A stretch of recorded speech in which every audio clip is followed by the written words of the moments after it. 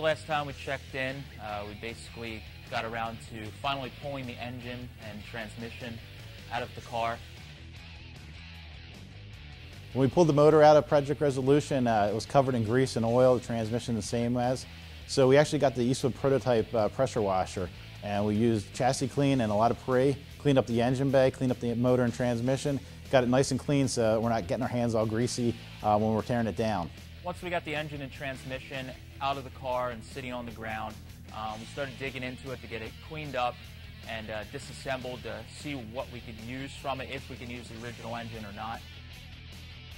Yeah, actually the water pump was one of the things I was working on. Matt asked me to go ahead and take it off because it looked pretty rough. So I started working with it, and there was just no way the bolts were coming out of that water pump.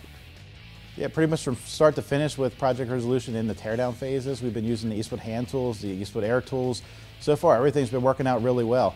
It's nice to have that convenient 150-piece hand tool set. Whenever you need a screwdriver, you need a wrench, you need a socket, just reach into that blow molded case and pull it out. A common problem on these Fox body Mustangs is that the doors tend to sag.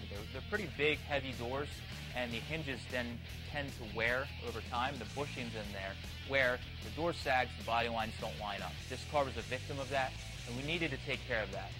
CJ Pony Parts hooked us up with a kit. Within a few minutes per door, we had them back together, back on the car, and they fit, and the door shuts really nicely now. With the project, we're taking it down to bare metal, taking the fenders and doors, a whole car basically going to be stripped down to bare metal. Well, it's a pretty big job to get all the paint off of this car. We're using our angle grinder with flat discs on it mainly. We're finding once we take that paint off, there's got some, Bondo underneath it and that has to be removed.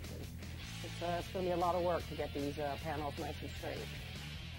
Once we figured out that we needed a new radiator support, and we also needed an inner fender section, we had to look around on the web to try and see what we could find for these parts, and it's actually not that easy to find these parts. So we contacted our friends over at CJ Pony. They actually had those parts in stock. We got them really quick, and doing some test fitting, they seem like they're going to fit pretty well. So during this build, we've been getting a lot of different people within the Eastwood headquarters to help us out. Pretty much everybody within the company is into cars, but not everyone's up to speed with the same skill level. But everybody's really eager to learn, so it's been a great experience, with everyone kind of learning as they go and also giving a little bit of their expertise.